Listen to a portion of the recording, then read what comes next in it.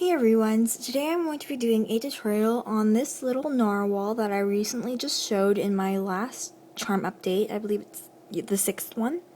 And yeah, so I hope you guys enjoy this video, and yeah, so let's get started. I'm going to go over the materials that you'll need, and yeah. Anyway, first you're going to need a little eye pin. And this is optional. If you want to make your creation into a charm, then you should have that. Then you'll want to have a little bit of glow-in-the-dark clay, or you can substitute this if you don't have glow-in-the-dark with white clay. And this is going to be for the horn on the narwhal. You're going to need some translucent clay, and then any color that you want. In this case, I'm going to be using pink, but as you can tell, I used orange for this color. And you're only going to want a little bit. And then for the tools you're going to need a needle tool and a little cookie cutter, or you can have a blade with like a kind of a pointy edge like this, and in this case I'm using a teardrop. So yeah, and then finally you're going to need some TLS. If you don't have TLS, it's fine, it's just the eye pin might not stay in as securely, and the narwhal's horn might not stay on as securely either. Okay, so let's start off by making the narwhal's body. So you're going to take a little bit of that colored clay and mix it with the translucent until you get a really consistent color and there's no streaks of translucent or anything. So just keep on mixing, as you can tell, just keep on mixing, and once you get a consistent color, that's when you're good to go. And this also is good because you don't really need to condition your clay beforehand, because when you're mixing the colors together you're also conditioning at the same time, so it's kind of like a 2-in-1 thing. And yeah, okay, so I've got my clay all conditioned pretty much. There's some streaks, but just to save time I'm not going to blend those out. Alright, so now you want to roll your ball, roll it into a ball, and you're going to kind of taper out the end like so. So you get a kind of teardrop shape. Now you're just going to want to flatten that end like so, so you have kind of a flat end. So if you look at it sideways, it looks like this. And you want to keep the round part, the big part, as round as possible. You don't want to disturb it or anything, because that is going to be the narwhal's head. So you don't want to distort that or anything. You want to keep it as round as possible. And just try to extend a little tail out of there. So, yeah. And then what I like to do now is I like to press it against the table to make sure that it lies flat.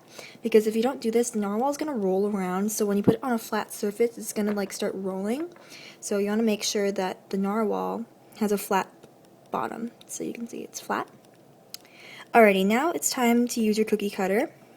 And if you don't have a cookie cutter, you can always use a blade and just kind of create a diagonal cut like this. So you're just going to take the end of your cookie cutter and you're just going to cut right in the middle so you have a little tail. And now what you're going to want to do is you're going to want to kind of fix the tail like so until you get a nice shaped tail, nicely shaped. And a good thing about cookie cutters is you can actually just fix the shape by putting it in between, and it will just fix it for you. So that's also pretty good. But yeah, of course you don't really need the cookie cutter at all. And yeah, so now that you have this, it's time to bend the tail up, and just make sure everything's smoothed out before you do this. So you're just gonna take the tail and bend it upward until you get this really cute whale-shaped form. And again, I'm just going to take the cookie cutter and just indent inside to fix the tail up. And I like the tail to be a little bit curved outward. And yeah, so just fix the tail according to what you like, or until you get what you want it to look like. And yeah, so now you're going to take your TLS and your eye pin. And what I do is I just kind of line the base of my eye pin, or the wire part of my eye pin, with TLS. So I just put it in and get a coat of TLS on top.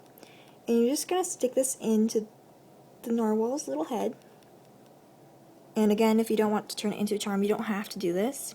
So, yeah, so now you have that. And I like to do that before because just in case the narwhal's horn falls off, I already have the eye pin in and I can just put it back on. So it just makes it easier. So now you're just going to take a little bit of glow-in-the-dark clay, or like I said, you can replace this with some white clay or any other type of colored clay you want. And this is completely personalizable. I mean, if that's a word. You can change the colors you want to fit your liking, and yeah, so that's what's good about these narwhals. And that's why I love making them. So yeah. So now we're just going to roll a little cone shape. And the end doesn't have to be flat because we're going to fix that later. So now as you can see, this is a little narrow cone shape, and you can make the narwhal's horn, like I said, you can personalize it to make it either blunt and short, like little, or you can make it really long like I do.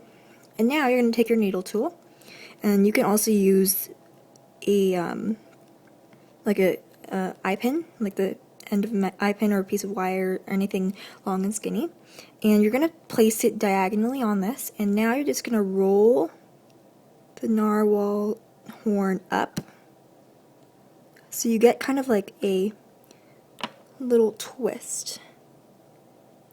You can see that, and once you got that, you can just fix the narwhal's horn to make it straighter.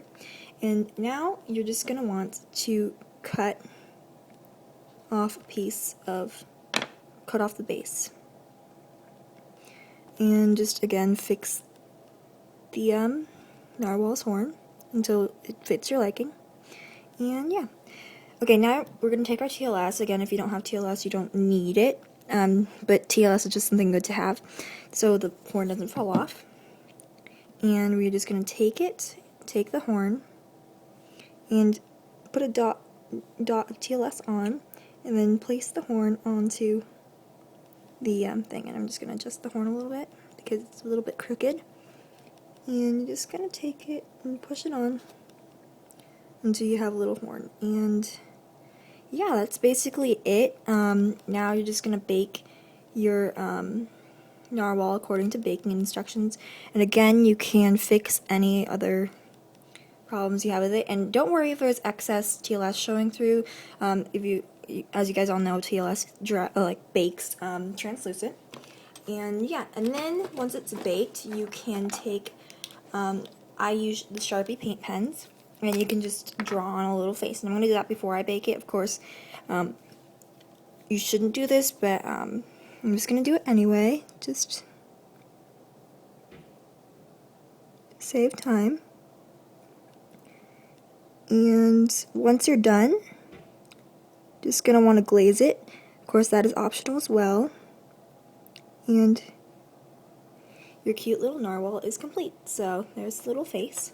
And I hope you guys enjoyed this tutorial. You can make anything with this. Narwhals are really cute, and I think that this is my favorite charm. I really don't know why I'm obsessed with narwhals, but I am. So I hope you guys enjoyed this tutorial. Like I said, you can personalize it any way you want. So this is a really versatile charm that you can make, and this is perfect for gifts or anything like that. So I hope you guys enjoyed this tutorial. Thank you guys for watching, and bye-bye.